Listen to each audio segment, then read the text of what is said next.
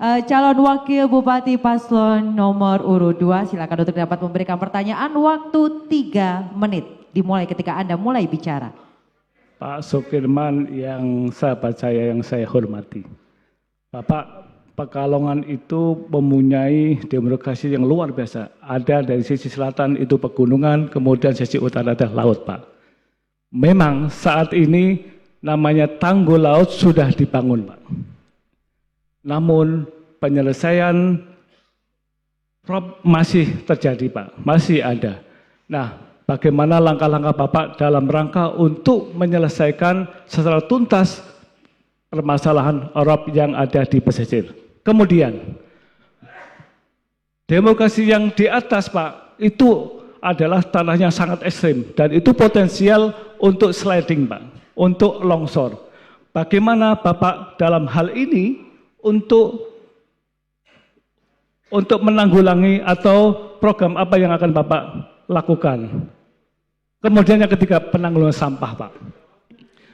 Dalam penanganan sampah itu harus pengelolaan sampah saat ini permasalahan yang perlu menjadi perhatian utama pemangku kebijakan adalah pengelolaan sampah yang ditangani secara parsial, tidak terintegrasi dari hulu ke hilir menyebabkan permasalahan sampah tidak selesai sampai ke akarnya.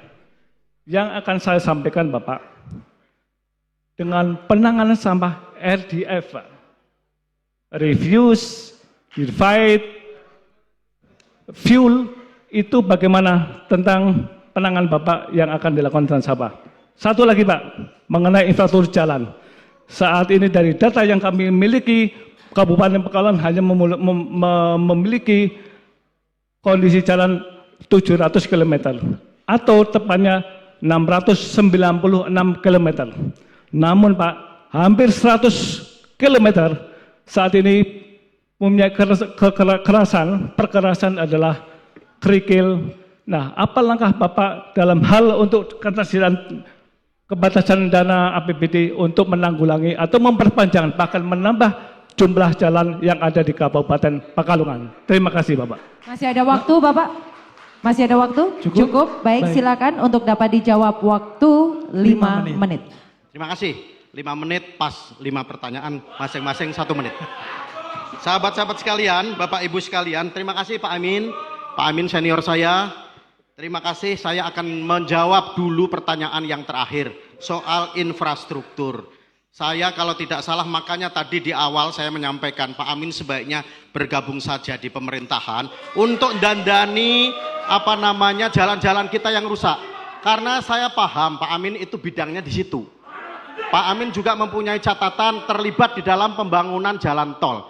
Tetapi yang kita rasakan ruas jalan antara Wiradesa ke Mbojong akibat dampak pembangunan tol ini berantakan dan sampai sekarang belum selesaikan. Baru kemarin Ibu Fadia Arafik kemudian menghadap Pak PJ untuk memikirkan itu. Lalu kita menghadap juga ke pusat untuk memikirkan itu. Karena ini proyek nasional. Nah, ini Pak Amin sebagai orang yang di sana saya kira juga ikut mendorong ke sana, Pak Amin. Nah, selanjutnya soal tanggul laut untuk mengatasi rob. Bapak dan Ibu, memang tanggul laut ini sudah dibangun kira-kira di zaman pemerintahan Pak Asif Kolbihi. Apa yang diteruskan oleh Ibu? Ibu kemudian menata lingkungannya, menata dampak psikis dari korban dari para rob, warga-warga kita. Termasuk kemudian diantaranya kita berhasil menyelamatkan dusun Sonet, merelokasi dusun Sonet dan seterusnya. Sahabat-sahabat, Bapak Ibu sekalian, warga Kabupaten Pekalongan, rob ini bencana nasional. Kita harus mengatasinya bersama-sama. Mulai pemerintah pusat, mulai pemerintah provinsi, dan kemudian pemerintah kabupaten tentu saja. Bagaimana peran desa? Desa juga. Desa artinya ikut memberikan edukasi kepada masyarakat kita, melakukan pendampingan-pendampingan. Tanggul yang sudah dibangun pada era Pak Asif diteruskan oleh Ibu, ini merupakan rintisan juga dari pusat, kerjasama bersama-sama. Nah, ada lagi satu persoalan sesungguhnya yang menimpa rob, yaitu kita harus mengkampanyekan soal Sungai Bremi. Sungai Bremi ini menjadi faktor yang sangat menentukan lagi dalam problem rob. Karena apa? Tanggulnya dibangun, ternyata kemudian ada problem lain dari persoalan di Sungai Bremi itu. Ini harus kita akali juga, harus kita cari cara. Dengan cara apa? Apa namanya? Ya sedimentasinya kita keruk, lalu kemudian normalisasi sungainya harus kita pikirkan bersama. Dan alhamdulillah ini sudah masuk dalam rencana pembangunan jangka menengah Pak Prabowo yang kita cintai. Nah, itu juga atas usulan beliau. Beliau melihat persoalan itu lalu kemudian diusulkan. Ini adalah keberhasilan pemerintah kabupaten. Bapak Ibu yang saya hormati, terkait dengan sampah TPA, ini juga menjadi problem kita. Kita memang sedang mencoba memikirkan apakah nanti ada luas tanah, pembebasan tanah untuk kemudian membuang sampah di situ sebagai tempat pembuangan akhir sampah. Tetapi ini pun tidak mudah karena ada problem-problem yang harus kita atasi. Jangan-jangan nanti kabupaten lain turut membuang sampah di situ dan seterusnya. Tetapi hari ini pemerintah kabupaten sudah menyiapkan dalam jangka yang sangat pendek adalah motor-motor yang untuk membuang sampah. Kalau saya boleh menyebut merek, ya motor Tosa itu yang punya ban 2, lalu di belakang ada stangnya, kira-kira begitu. Itu untuk membuang sampah. Dan beberapa anggota DPRD juga melaksanakan itu untuk konstituennya. Ini satu terobosan-terobosan yang memang harus kita pertahankan, Bapak Ibu sekalian. Lalu yang kedua apa tadi ya? Yang kedua, ada yang ingat nggak? Ya sudah, kalau begitu tadi pertanyaan saya saja tidak dijawab, saya juga tidak menjawab pertanyaan yang kedua ini.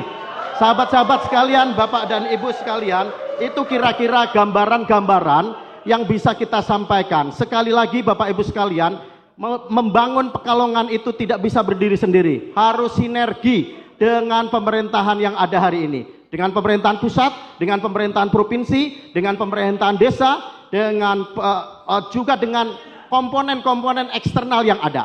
Jadi istilahnya pentaholik, ada 7 komponen yang harus kita ajak turut serta untuk membangun Kabupaten Pekalongan, termasuk sektor-sektor swasta dan seluruh peran masyarakat. Bapak Ibu, kira-kira itu. Sekali lagi tanggal 27 November kita coblos nomor urut, kita coblos. Terima kasih. Baik, waktu habis, silakan untuk dapat merespon 2 menit. 2 menit. Pak Firman, jadi pembangunan itu tidak hanya bisa dilakukan oleh politisi, butuh juga engineer Pak, teknokrat. Bapak tadi mengatakan bahwa pembangunan ROP itu adalah suatu jasa dari Ibu, itu salah besar Pak. Bangunan ROP itu adalah terintegrasi dan itu adalah dana dari pusat Pak. Mohon izin. Kemudian ROP itu Pak saat ini yang belum selesai karena apa? Karena di sungai-sungai itu butuh long storage Pak. Long storage itu pada saat ada ROP, maka dia tidak melimpah ke kiri dan ke kanan, maka dibutuhkan long storage. Kalau saat ini pembebasan lahan susah, maka ada teknologi namanya CCSP Pak, concrete sheet pile, dan itu adalah harus dilakukan. Kalau hanya pompa itu adalah temporary, sedangkan kita adalah pingin penanganan secara terpadu. Kemudian mengenai masalah sampah, Bapak tadi belum menjawab, namanya RDF Pak. RDF itu ada refuse, divide, fuel, ya, derivative fuel. Artinya apa Pak? Bapak begitu sampah yang saat ini saya catat ada 380 ton per hari di Kabupaten Pekalongan. Kalau tidak ada penanganan itu, maka bagaimana nanti Pekalongan akan tertimbun sampah? Yang dilakukan adalah memisahkan sampah organik, anorganik, kemudian yang organik yang bisa diurai oleh mikroba, dibutuhkan namanya keripik sampah. Kemudian dari proses itu diturunkan kadar airnya dan dibuatlah sumber energi baru Pak. Itu namanya program RDF Pak. Kemudian tengah jalan. Jalan saat ini yang dilakukan di Pekalongan hanya memperipitasi untuk pemeliharaan. Seharusnya dana yang ada itu bisa membuat jalan baru. Dan yang tadi 100 km tersisa itu harus dibutuhkan untuk membangun, bukan untuk selalu berulang-ulang memelihara dan memelihara sehingga dananya hilang. Terima kasih. Ya. Baik. Waktu sudah habis dan tadi masing-masing calon wakil bupati sudah memberikan pertanyaan, sudah menjawab dan sudah merespon. Kalau begitu boleh berikan tepuk tangan untuk calon wakil bupati kita. Dan kami persilahkan duduk kembali untuk para calon wakil bupati. Baik, kita masih ada satu segmen lagi, tapi kita tadi sudah mengikuti segmen 1 hingga segmen 5. Kita akan kembali setelah yang satu ini, jangan kemana-mana.